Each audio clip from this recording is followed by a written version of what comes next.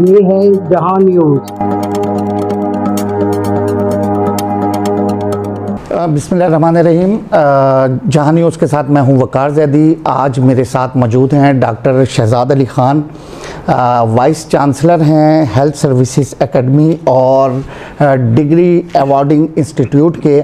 आज ना सिर्फ इनसे हम अपने इस प्रोग्राम में इनका तारुफ़ जानना चाहेंगे कि ये इस इदारे में और इससे कबल कहाँ कहाँ खिदमात सरअंजाम देते रहे हैं, और ये भी जानना चाहेंगे कि इस इदारे का मकसद क्या है, जो आवाम को सेहत की सहूलियात मुहैया करने वाले इदारे उनके साथ इसका क्या ताल्लुक़ है, और ये आगे मुस्तकबिल में हमारे लिए किस कदर मुफीद साबित हो सकता है। अस्सलाम वालेकुम डॉक्टर साहब। जी वालेकुम सलाम। कैसे हैं आप? ठीक हैं, खैरियत से?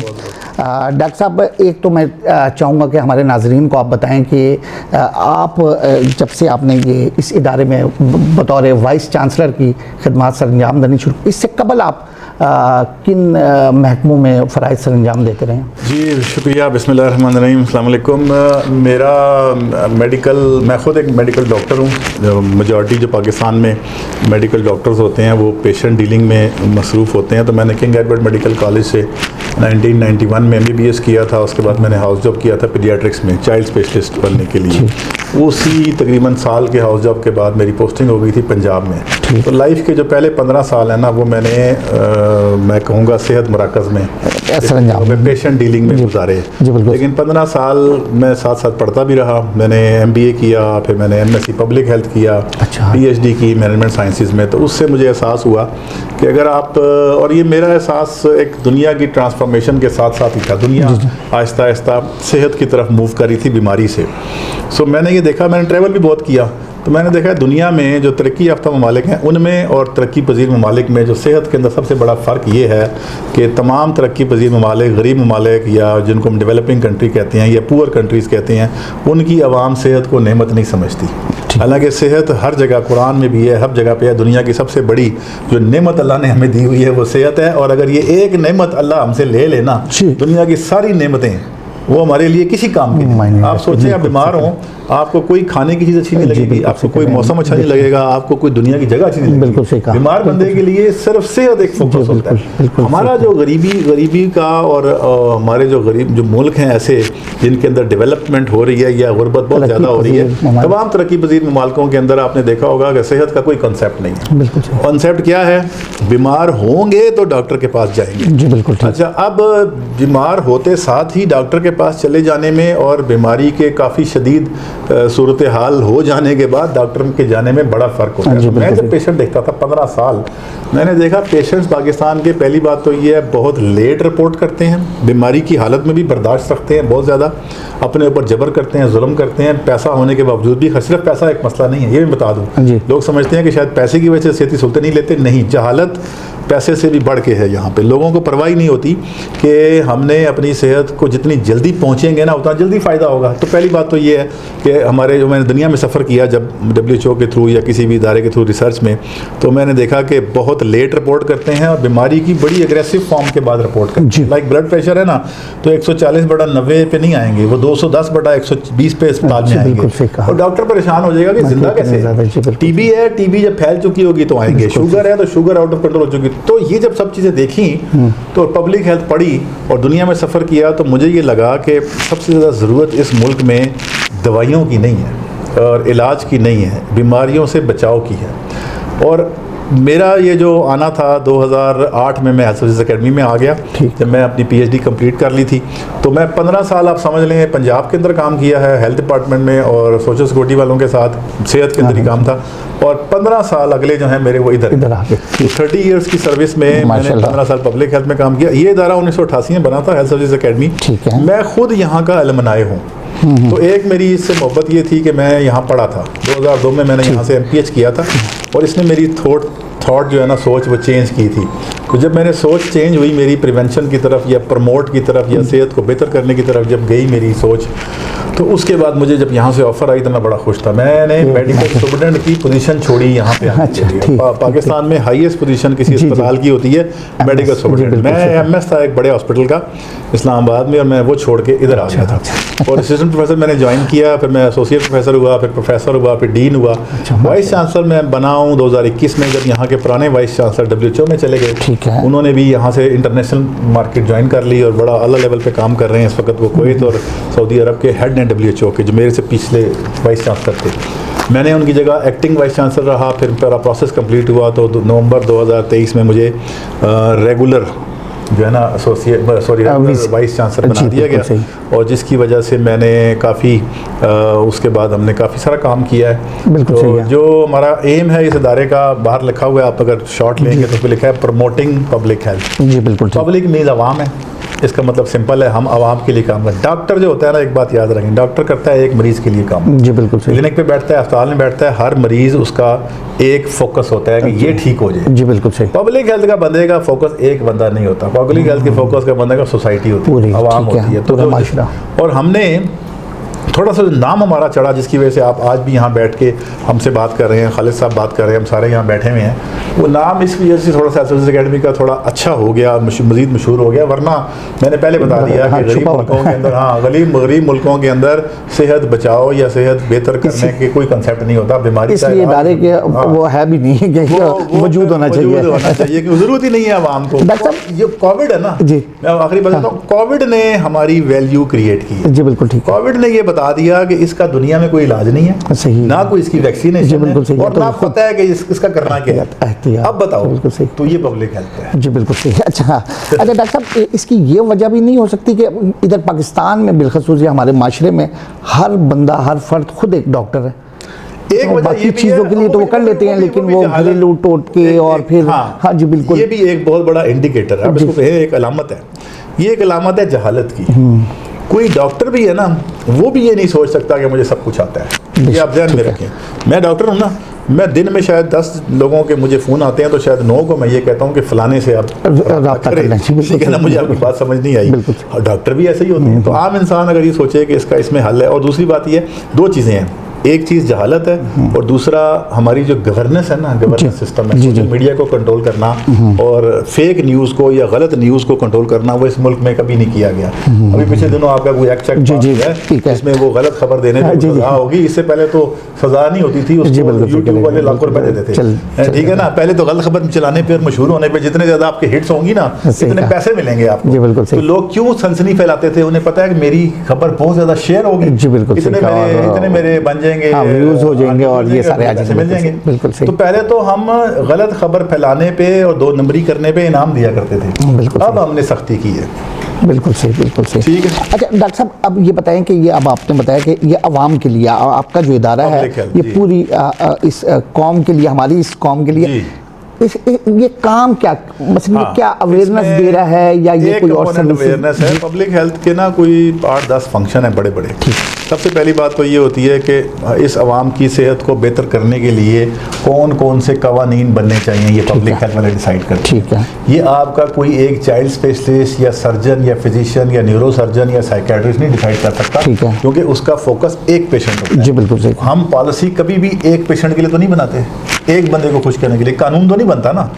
तो एक अवाम के लिए या सोसाइटी के लिए क्या बेहतर है, उसको डिसाइड करने के लिए कानून साजी होती है। तो पहली चीज़ हमारे जो पब्लिक हेल्थ का फंक्शन, बेसिक फंक्शन है, वो ये है कि कौन कौन से ऐसे कानून होने चाहिए मुल्क में जो सेहत को बेहतर करने में मदद दें। तो इसमें हम सपोर्ट करते हैं। जैसे का जो पब्लिक हेल्थ के लीडरशिप है ना, उसके बाद फिर उस कानून को अमल जमा बनाने के लिए आपको पॉलिसी रिक्वायर्ड है। तो पॉलिसीज भी इसी राउंड टेबल पे या इन जगहों पे बनती है, और हम हर किसी को बुलाते हैं जो भी उस पॉलिसी से मुतासर हो सकता है। लेडी हेल्थ वर्कर है, स्पेशलिस्ट है, सर्जन है, फिजिशियन है, उनसे हम पार्टिसिपेशन करते हैं, उनकी इन्वॉल्वमेंट करते हैं। सुबह में जाते हैं, जिलों में जाते हैं। तो पब्लिक हेल्थ जो है वो सेकंड फंक्शन उसका पॉलिसी मेकिंग है। तीसरा, इस मुल्क में कितने डॉक्टर चाहिए, कितनी नर्सें चाहिए, किसको पता है, कितने टेक्नीशियन चाहिए, कितने साइकेट्रिस्ट चाहिए, पॉपुलेशन के हिसाब से वो कोई नहीं हिसाब लगा सकता। पब्लिक हेल्थ का ये काम है कि वो बताए कि ह्यूमन रिसोर्स नीड क्या है, उसकी स्ट्रेटजी हमने बनाई है हेल्थ सर्विसेज अकेडमी ने। खुदा ना खास्ता जिस तरह भी इन्फेक्शन आ जाती है, जिस तरह ये अभी आपने देखा कोविड है, आजकल पोलियो कितना बड़ा मसला है, टीबी मसला है, डायबिटीज मसला है, हार्ट डिजीज मसला है, इनसे बचने का क्या तरीका है, ये स्ट्रेटजी बनाना अवामी लेवल पे कि कौन सी खुराक पे पाबंदी लगनी चाहिए, कौन सी खुराक को बेहतर करना चाहिए, कौन से एक्शन को मना करना चाहिए। तो पब्लिक हेल्थ के अंदर जो डिजीज़ प्रिवेंशन है ना उसका, फिर अगर खुदा न खास्ता कोई वबा फैल गई, आप सुनते हैं जी अक्सर कि गैस्ट्रो की वबा फैल गई, टाइफाइड की वबा फैल गई, हैजे की वबा फैल गई, पोलियो तो है ही है, मलेरिया, मीजल्स का आप सुनते रहते हैं। जी बिल्कुल। उसके अंदर कौन रिस्पॉन्ड करता है? पब्लिक हेल्थ की फोर्स। ठीक है। बदकिस्मती से पाकिस्तान के अंदर पब्लिक हेल्थ की फोर्स जो है ये बहुत लेट डेवलपमेंट में आई है। ये मुझे लगता है इसको 20 साल भी नहीं हुए, मैं तो कहता हूँ 10 साल हुए हैं पब्लिक हेल्थ को पाकिस्तान के किसी लेवल पे आने में। मैंने जब MBBS किया था हमें पता ही नहीं था कि मेरे डॉक्टरों की एक स्पेशलिटी पब्लिक हेल्थ में है। सर तो बहुत पहले आ गए थे, हमें तो ये भी नहीं पता, और वो भी एडमिनिस्ट्रेशन के लिए। बिल्कुल सही कहा। जी पब्लिक हेल्थ के लिए नहीं आते थे। पब्लिक हेल्थ लोग करते थे आज से 20 साल पहले मैंने MS बनना है, मैंने DMS बनना है। बिल्कुल सही कहा। ये तो माइनर एक रोल है पब्लिक हेल्थ का। तो कानून साजी, policy making, disease prevention, awareness आपने खुद बता दिया, अवेयरनेस लोगों को बताना किसी बीमारी से कैसे बचना है उसके बारे में। ह्यूमन रिसोर्स डेवलपमेंट है हेल्थ के अंदर, हेल्थ उसको कह लें हेल्थ की ह्यूमन रिसोर्स, हेल्थ की जो अफरादी कुव्वत है वो कैसी होनी चाहिए, ये पब्लिक हेल्थ की डोमेन है। डिजास्टर में हमारा बड़ा काम है। डिजास्टर में फ्लड्स आते हैं, अर्थक्वेक आया, कोविड आया, फ्रंट पे HSA था। आपको पता है कोविड की जो NCOC बनी थी उसमें जो 6 मेंबर कमेटी थी, मेन कोर कमेटी जिसे कहते हैं, हेल्थ सर्विसेज एकेडमी का वाइस चांसलर उसका एक मेंबर था। जनरल साहब थे उसके हेड, एक हमारे मिनिस्टर साहब थे, इसको हाँ दो जनरल साहब मिनिस्टर साहब थे, बाकी सेक्रेटरी हेल्थ थे और लोग थे। एक मेंबर NIH का हेड था, एक मेंबर HSA। और हमारा रिस्पॉन्स आप मानेंगे कि दुनिया ने अप्रिशिएट किया कोविड में पाकिस्तान का रिस्पॉन्स, क्योंकि पब्लिक हेल्थ को हमने लीडरशिप दी। तो आप ये देखें कि हमें ना पाकिस्तान में हर 1000 जो अशखास है ना डेवलपिंग कंट्री के लिए उसके लिए एक डॉक्टर होना चाहिए। हम हैं 25 करोड़, आप 2 मिनट में निकाल लेंगे जी हमें इतने डॉक्टर चाहिए। अच्छा, डॉक्टर्स जो है वो पाकिस्तान में उसकी नंबर उसका पूरा है। एक और मजे की बात बताऊँ, ये भी एक थोड़ा सा प्रॉब्लम होता है। मैं ये कहूँ ना मेरे पास 2.5 लाख डॉक्टर हैं, मुझे 2.5 लाख डॉक्टर चाहिए जी, 25 करोड़ के लिए 2.5 लाख डॉक्टर चाहिए मुझे। तो मैं सोचता हूँ कि यार ये 2.5 लाख डॉक्टर पाकिस्तान में हैं, बल्कि 3 लाख हो गए हैं, फिर भी लोगों को डॉक्टर क्यों नहीं मिलता? 85% डॉक्टर जो पाकिस्तान में मौजूद है ना वो इस वक्त चंद शहरों के अंदर हैं। सही। तो it's not about the number, एक बात याद रखना, it's not about the number of people, number of doctor, number of nurses, number of specialist, it is the distribution of human resource as well. Pakistan का सबसे बड़ा मसला क्या है, आपने ये ज़रूर हाईलाइट करना है, पाकिस्तान का सेहत का निज़ाम सिर्फ और सिर्फ शहरों में है। बिल्कुल सही। गाँव में जिसको हम कहते हैं ना सेहत का निज़ाम, वो पुअर सिस्टम है बड़ा। बेसिक हेल्थ यूनिट है या जो भी प्राइवेट क्लिनिक हैं, GPs हैं, उसमें तो कोई हालात ही नहीं है। क्या मिलता है वहाँ पे? कुछ भी नहीं। हालांकि उस पर ज़्यादा फोकस होना चाहिए। हमारी आबादी ज़्यादातर देहाती है, 70% नहीं तो चलो 60% आबादी है ना देहात में, 40% शहर में है। अब मैं बता रहा हूँ आपको कि पाकिस्तान के 85% डॉक्टर्स शहरों में हैं, 15% डॉक्टर जो हैं वो गांव में, जहाँ 70% आबादी है। जी बिल्कुल सही। पाकिस्तान के जो बेड्स हैं ना, अच्छा बेड्स भी इसी तरह हैं कि इतने लोगों के लिए एक बेड होना चाहिए। पाकिस्तान के जो बेड्स हैं ना 1700 में से एक होना चाहिए। पाकिस्तान के जो बेड्स हैं वो भी 95% बेड्स पाकिस्तान के अर्बन एरियाज में। जी बिल्कुल सही कहा। 5% बेड्स हैं 70% आबादी के लिए। तो क्या होता है, आप गुजर खान की पेरीफेरी में हैं, आप टेक्सला की पेरीफेरी में हैं, अटक की किसी गाँव में हैं, आपको इलाज की सहूलत चाहिए, आपने कहाँ जाना है? शहर में जाना है। आप पहले डाला कराएंगे उसमें पर चरपाई रखेंगे जी बिल्कुल, आप उसको लेके जाएंगे। सो ये 2 मसले बड़े बड़े डिफरेंट मसले हैं। एक नंबर, अच्छा नंबर आसान निकालना बड़ा आसान है। अभी आप गूगल पे लिखेंगे ना पॉपुलेशन कितनी रिक्वायर्ड है एक डॉक्टर के लिए, 1000 बेड्स पे कितने बेड पे एक डॉक्टर होना चाहिए। नर्सिस की हम करते हैं डॉक्टर के हिसाब से, हर डॉक्टर के साथ कम से कम 4 नर्सिस होनी चाहिए मरीज़ की खिदमत के लिए, क्योंकि डॉक्टर ने तो दवाई लिखनी है, असल केयर तो नर्स ने करनी है वार्ड में। पाकिस्तान में उलट है जी, पाकिस्तान में 4 डॉक्टरों के लिए एक नर्स है। मतलब इतनी बुरी कंडीशन है हमारी नर्सिस के मामले में। अच्छा, हमें 5 लाख नर्सें मजीद चाहिए इमीडिएटली, नहीं है हमारे पास। ये क्लासरूम में बैठ कर तो नर्स नहीं बना सकते ना, क्लासों में जितना मर्जी पढ़ा लें हम नर्सों को, उनको मरीज नहीं देखा उन्होंने, जब नर्स बनेंगी उन्हें केयर ही नहीं करनी आती, तो वो बड़ा मुश्किल है। कुछ अच्छे सरकारी अस्पतालों के अंदर जो नर्सिंग ट्रेनिंग हो रही है ना, बड़ी आउट क्लास है। अगर हम ये कहते हैं कि 10 मरीज़ों पे या 8 मरीज़ों पे एक नर्स होनी चाहिए, और अब 40 पाकिस्तानी मरीज़ों पे, मैं बात कर रहा हूँ पाकिस्तानी मरीज़ जिनको एटिकेट्स नहीं हैं, जिनको बात करने का तरीका नहीं है, जो कहते हैं इससे ज़्यादा मैं बीमार हूँ, इससे ज़्यादा मैं बीमार हूँ, जो मैं करता है, जो बिल्कुल ठीक होता है लेकिन कहता है मुझे नर्स ज़्यादा तवज्जो दे, और ये मर रहा है लेकिन ये मेरे से ज़्यादा सीरियस नहीं है। तो जब वार्डों के अंदर इस तरह की सूरत हाल होती है और 30 मरीज़ों को आप एक खातून दे देते हैं बेचारी, जो कि इतनी ज़्यादा ट्रेंड भी नहीं है, कम्युनिकेशन स्किल भी बुरी है, तो 2 घंटे के बाद उसने, मैं कहता हूँ कि बाँ तो करनी है बेचारी ने, क्योंकि उस पर इतना प्रेशर है। हमारी नर्सें इतनी कम हैं कि इतने ज़्यादा मरीज उसको देखने पड़ते हैं और हर मरीज कहता है मैं इंपॉर्टेंट हूँ। अगर लड़ाइयाँ हो रही हैं अस्पतालों में, क्यों हो रही हैं? क्यों हो रही हैं? सिंपल कम्युनिकेशन में हमने उनको ट्रेन नहीं किया हुआ, नर्सों को, डॉक्टरों को। वो सही जवाब दे देती हैं आगे से कि यार तुम्हें इतना मसला नहीं है, तुम क्यों शोर कर रहे हो, ये मर रहा है मैं पहले इसको देखूंगी। वो कहेगा मुझे मसला नहीं है, मैं मर रहा हूँ, तुमने ये कैसे कह दिया कि मैं पागल हूँ, मैं क्यों आया हूँ अस्पताल में। वो लड़ना शुरू कर देगा, उसके अटेंडेंट आ जाएंगे, मारना शुरू कर देंगे। हमें हमारा जो गवर्नेंस का सिस्टम है ना, एडमिनिस्ट्रेशन का, वो बहुत पुअर है। आप जिस मर्जी को जाके जिस मर्जी टाइम पे मार भी सकते हैं, लड़ाई भी कर सकते हैं, कौन पूछेगा आपको? सरकारी अस्पताल में डॉक्टरों को कितनी मार पड़ती है? कोई दुनिया में कभी सुना है आपने? डॉक्टर तक पहुंचना ही पॉसिबल नहीं होता मरीज के अलावा किसी बंदे का। यहाँ तो आप शाम को जाएं तो एक मरीज होता है, 4 उसके साथ बैठ के गंडेरियाँ खा रहे होते हैं, इजाज़त के लिए आए होते हैं, छिलके उधर ही फेंक रहे होते हैं, बाल्टे खा रहे छिलके वहीं फेंक के जाते हैं। तो ये मसला नर्सों के कमी की वजह से है, दूसरा नर्सों के ऊपर प्रेशर बहुत ज़्यादा है, तीसरा उनकी कम्युनिकेशन की ट्रेनिंग ही नहीं है। डॉक्टर साहब, आपका महकमा ये जो है, ये वफाक, अब वैसे महकमा सेहत जो है वो सूबों को दे दिए गए। हाँ जी बिल्कुल, फंक्शन फेडरल है जी बिल्कुल ठीक है, उसमें रेगुलेशन है, कोऑर्डिनेशन है, ह्यूमन रिसोर्स डेवलपमेंट भी फेडरल फंक्शन है। ठीक है, कितनी पॉलिसी बनाना, तो सूबों के साथ आपकी ये मुशावरत? हर सूबे में एक प्रोविंशियल हेल्थ सर्विसेज अकेडमी है जिसका हमारे साथ ताल्लुक है। केपी की प्रोविंशियल हेल्थ सर्विसेज अकेडमी है, इंस्टीट्यूट ऑफ पब्लिक हेल्थ है लाहौर में, इंस्टीट्यूट ऑफ पब्लिक हेल्थ है कोयटा में। हमारे पास अभी तकरीबन सारे प्रोविंसेस के सेक्रेटरीज होके गए हैं। हम कॉन्फ्रेंस करते हैं हर साल, सूबों के सेक्रेटरीज, डीजी सबको बुलाते हैं। और हमारा सूबा, हमारा फेडरल गवर्नमेंट में वाहिद मैं कहूँगा ऐसा महकमा है कि जो सूबों के साथ सेहत के सबसे ज़्यादा इंगेज है। मिनिस्ट्री का एंगेज होना बड़ा मुश्किल है सूबों के साथ, क्योंकि सूबों की अपनी इख्तियार है। जी बिल्कुल, लेकिन हमारा उनके साथ होना बड़ा, क्योंकि हम सूबे भी हमसे पॉलिसी बनवाते हैं। आप अपने जो ऑपरेशनल जो आपके सारे काम है, ये आप किस तरह रन करते हैं? ये बाकायदा फंडिंग सिस्टम है कि खुद से फंड? नहीं, हमारी 3-4 फंड के सोर्सेज हैं। एक हमारी फीसें होती हैं। ये वाहिद मैं कहूँगा पाकिस्तान की यूनिवर्सिटी है सरकार की जो बगैर अच्छी सी फंडिंग के चल रही है। आप इसको हैरान होंगे कि पाकिस्तान में बहुत सारी ऐसी यूनिवर्सिटीज़ हैं, उनको कल HEC फंडिंग स्टॉप करे वो बंद हो जाएगी। वो हर साल HEC पैसे ही इसलिए मांगती है गवर्नमेंट ऑफ पाकिस्तान से कि HEC को अगर आप पैसे नहीं देंगे तो इतनी यूनिवर्सिटियाँ बंद हो जाएंगी। हालांकि दुनिया में यूनिवर्सिटियाँ पैसे जनरेट करके गवर्नमेंट को देती हैं, यहाँ पाकिस्तान में यूनिवर्सिटियाँ गवर्नमेंट से पैसे लेके खर्च करती हैं। सही। डॉक्टर साहब, ये भी साथ साथ बताते रहिएगा कि आपका डिग्री अवार्डिंग इंस्टीट्यूट भी है 2018 में। इससे हाँ क्या एक्ट के थ्रू यूनिवर्सिटी का एक इक्विवेलेंट ही होती है। ठीक है, ये डिपार्टमेंट एक होगा ना तो उसको हम डिग्री अवार्डिंग इंस्टीट्यूट कहेंगे। एक से ज़्यादा डिपार्टमेंट होंगे, 8-10 डिपार्टमेंट यूनिवर्सिटी कहेंगे। जी बिल्कुल। उस वक्त 2018 में हमारे पास एक डिपार्टमेंट था जिसका नाम डिपार्टमेंट ऑफ पब्लिक हेल्थ। बिल्कुल। अब हमारे पास अलाइड हेल्थ का, इंटरडिसिप्लिनरी साइंसेज का, स्पोर्ट्स साइंसेज का, नर्सिंग का, मिडवाइफरी के डिपार्टमेंट्स बन गए हैं। हमारे पास लाइफ साइंसेज का डिपार्टमेंट बन गया है। हमारे पास बहुत सारे ऐसे डिपार्टमेंट बन गए हैं कि हम अब यूनिवर्सिटी की तरफ जा सकते हैं। लेकिन अभी भी हम डिग्री अवार्डिंग का मतलब ये है कि हम अपनी डिग्री खुद देते हैं।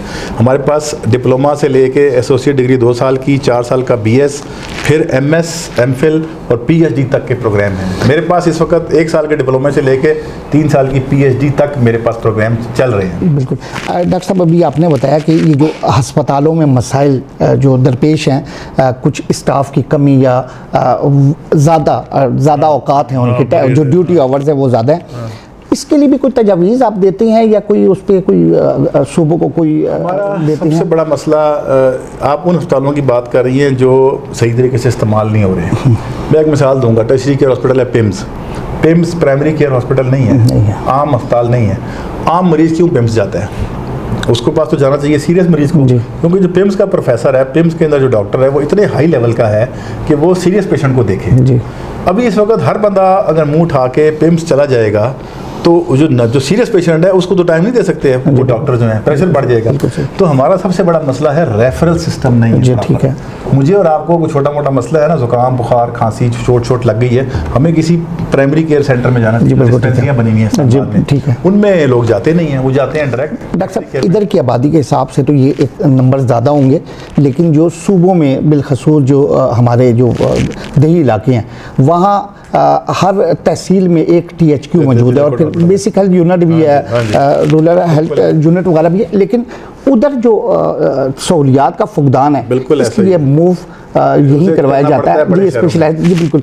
तो इस हवाले से कोई ऐसा कोई आपने कोई दिया है, हाँ तजावीज़ जी, दी हैं हमने सुबह बहुत को? ज़्यादा फोकस किया है। हम इसको कहते हैं रिफॉर्म का एक एजेंडा ये भी है पंजाब में भी, बाकी जगहों में भी आजकल, कि प्राइमरी केयर को हम प्रमोट करें। प्राइमरी केयर का मतलब है जो निचली सतह के अस्पताल है ना, BHU है, RHC है, THQ है, इनको इतना फ़ाल कर दें कि लोगों को टर्शरी केयर में ना जाना पड़े। अगर ये हो जाए तो फिर शायद हमारा जो बोझ है ना टर्शरी केयर का वो कम हो जाएगा, और फिर जो जेन्युइन मरीज़ होगा ना, जिसको वाकई उस लेवल के स्पेशलिस्ट की ज़रूरत है, उसका ख्याल अच्छा रखा जाएगा। आप अगर 10 मरीज़ लेके जाते हैं, 9 मरीज़ आपके लेवल के ही नहीं है, एक मरीज़ जेन्युइनली आपके लेवल का है, और वो जो बाकी 9 शोर मचा रहे हैं, लड़ रहे हैं कि हमें देखें, तो वो तो मरीज़ बेचारा मारा गया जो सीरियस है। ये हो रहा है इस वक्त। डॉक्टर साहब, इसमें बहरहाल जो हुकूमती पॉलिसी हैं उसका अपना एक किरदार है। ये सारे मसाइल जो हो रहे हैं, अव्वल ये जो फीस ज़ायद फ़ीसों की शिकायत होती है, क्या डॉक्टरों की फ़ीसों पे भी आपकी नज़र होती है? मेरा ख्याल है हमने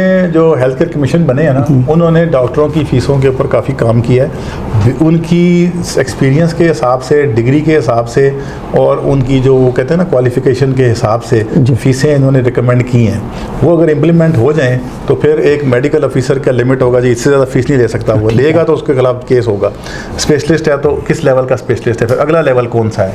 तो ये सारी चीज़ें हेल्थ केयर कमीशन और बाकी लोगों के डोमेन में जाएंगी तो होपफुली बड़ा बेहतरी हो जाएगी। अभी तो मैं तो इसके भी ख़िलाफ़ हूँ कि सरकारी जो अस्पताल में काम करने वाले डॉक्टर हैं उनको अपना अस्पताल बनाना चाहिए, या प्राइवेट, या वो प्राइवेट करें या सरकारी करें। एक बहुत बड़ा मसला इस मुल्क में ये भी है कि जो सरकारी डॉक्टर है ना, वही शाम को प्राइवेट है। पाकिस्तान में प्राइवेट सेक्टर बड़ा नाम का है, बिल्कुल। सुबह का सरकारी डॉक्टर, शाम का प्राइवेट फिजिशियन है। इससे बड़ा डिलेमा क्या होगा? बिल्कुल सही। तो वो सरकार में तो सर्विस नहीं देगा ना, शाम को सर्विस देगा अपनी प्राइवेट जहाँ पैसे मिल रहे होंगे। ये भी तो एक मसला है। हमारे पास तकरीबन हमें अलाइड हेल्थ काउंसिल ने 29 प्रोग्राम्स के लिए अप्रूव किया हुआ है। अलाइड हेल्थ काउंसिल ने जो BS लेवल के हैं, 29 वो हो गए। वो जो अलाइड हेल्थ का पढ़ लेके तस्वीर आप उसकी बना सकते हैं। दूसरा हमारा जो पोस्ट ग्रेजुएशन में MS है, 3 से 4 डिफरेंट किस्म के MS के प्रोग्राम्स हैं हमारे, और PhD हमारे पास 2 तरह की है, health physical education, sports sciences की भी है, पब्लिक हेल्थ की भी है। तो अच्छे खासे हमारे पास प्रोग्राम्स हैं। और ये वो यूनिवर्सिटी है जो 2021 में एक प्रोग्राम चला रही थी, सिर्फ MPH। MPH से हम समझें 34 से 35 प्रोग्रामों पे आ गए हैं। एक प्रोग्राम से 35 प्रोग्राम अप्रूव हो गए, और ये सारे PMDC से, नर्सिंग काउंसिल से, अलाइड हेल्थ से और HEC से अप्रूव्ड हैं। सारी रेगुलेटरी बॉडी से अप्रूव्ड है। और हमारा इंशाल्लाह कुछ अरसे में आप देखेंगे हमारा जो स्टेटस होगा पब्लिक हेल्थ में, वी आर अभी हम क्लेम करते हैं, लेकिन डाटा के थ्रू, इंडिकेटर्स के थ्रू मेरा ये टारगेट है कि विद इन नेक्स्ट 1 ईयर 26 तक हम पाकिस्तान की नंबर 1 पब्लिक हेल्थ यूनिवर्सिटी बन जाएँ, जो बन सकते हैं बड़े आसानी से। हमारे पास तकरीबन तमाम फैकल्टी PhD है, और PhD भी बाहर के मुल्कों से की हुई है उन्होंने। 55 फैकल्टी मेंबर PhD हैं मेरे पास। यूनिवर्सिटियों के पास मेडिकल की एक PhD नहीं मिलता। हमारा फीस स्ट्रक्चर तो कम है, लेकिन सिर्फ एक फ़ीस एक मसला नहीं है। हमारा जो ट्रेनिंग प्रोग्राम है ना, 32 से मैंने आपको नाम बताया, ये वो प्रोग्राम है जिसके बाद आपको नौकरी के लिए लाइन में नहीं लगना पड़ता। ये वो प्रोग्राम है, देखें डॉक्टर बन के ना, हमारे पास डॉक्टरी नहीं बननी हो रही ना, MBBS नहीं हो रहा। वजह क्या है? MBBS करने के बाद अभी भी आपको सिफारिश करानी पड़ेगी बिल्कुल नौकरी के लिए। जी बिल्कुल। अभी पिछले दिनों यहाँ पे सरकारी अस्पताल की भर्ती हो रही थी, मुझे रोज़ फ़ोन आते थे भर्ती के लिए MO की, और वो MO बनना चाह रहे हैं जो स्पेशलिस्ट बन चुके हैं, फिर भी MO की नौकरी करने को तैयार हैं इस्लामाबाद में। आप पूछ सकते हैं सबसे। नर्सिंग डिमांड है। जिस दिन मेरी नर्स यहाँ से निकलेगी उसके हाथ में अपॉइंटमेंट लेटर होगा, ये मुझे पूरा यकीन है। मिडवाइफ यहाँ से निकलेगी, अपॉइंटमेंट लेटर होगा। टेक्नीशियन जो मैं 29 डिफरेंट कैटेगरी के आपको लोग बता रहा हूँ ना, चाहे वो एस्थेटिक्स के हैं, चाहे वो डायलिसिस टेक्नीशियन है, OT टेक्नीशियन है, लैब टेक्नीशियन है, कार्डिक परफ्यूजनिस्ट हैं, ठीक है ना, कार्डियोलॉजी के हैं, या मुख्तलिफ किस्म की। जो देखें, एक बात याद रखें, अस्पताल में आप सब जाते हैं, एक डॉक्टर होता है ना, एक डॉक्टर के अलावा कितने कैटेगरी के लोग होते हैं जो डॉक्टर के साथ उसकी मदद कर रहे हैं। हॉस्पिटल के अंदर पेशेंट केयर के लिए डॉक्टर इंपॉर्टेंट नहीं है सिर्फ, नर्स के अलावा देखें OT में जाके चेक करें कितने लोग खड़े होते हैं मरीज के गिर्द। एनेस्थीसिया वाला बंदा अलग खड़ा होता है, OT वाला अलग खड़ा होता है, इक्विपमेंट वाला बंदा अलग खड़ा होता है, बायोमेडिकल वाला बंदा अलग। हम वो ट्रेन कर रहे हैं, वो है ही नहीं पाकिस्तान में।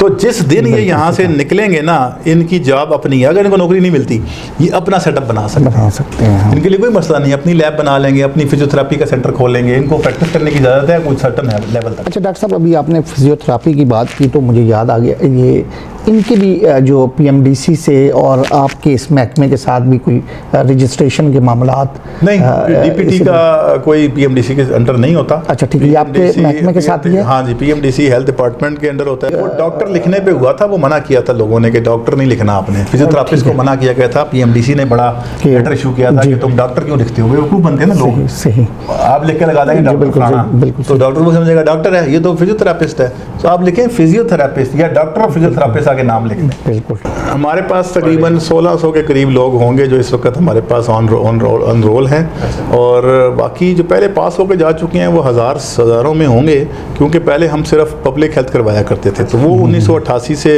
इदारा बना था, 96 से हम MPH करा रहे हैं, तो 1000 से ज़्यादा MPhil MS पब्लिक हेल्थ में करके जा चुके हैं। लेकिन जो बाकी प्रोग्राम्स हैं वो जो कि शुरू 23 में हुए हैं, तो 4 साल का मतलब है 27 में हमारा बैच निकलेगा। तो अभी हमारे ग्रेजुएट जो हैं वो वही पुराने वाले हो रहे हैं, MS पब्लिक हेल्थ के ग्रेजुएट हो रहे हैं और PhD पब्लिक हेल्थ लोग कर रहे हैं। इस वक्त जब मार्केट में हमारा बंदा मिलेगा ना, आपको पब्लिक हेल्थ का मिलेगा, MS पब्लिक हेल्थ और PhD पब्लिक हेल्थ। बाकी सारे प्रोग्राम नए शुरू हुए हैं, कोई 4 साल का है, कोई 2 साल का है, तो वो टाइम लगेगा निकलने में। जी नाज़रीन, ये डॉक्टर शहजाद अली ख़ान थे, और यकीनन इनकी बातों से ये बातें मेरे लिए भी और आपके लिए भी आगाही का बाइस भी बनी है, और हमारे इल्म में यकीनन इजाफ़ा हुआ है। इसे अपने मेहमान डॉक्टर शहजाद अली ख़ान साहब के साथ आपसे भी इजाज़त चाहूँगा। शुक्रिया। अल्लाह हाफ़िज़। पाकिस्तान ज़िंदाबाद।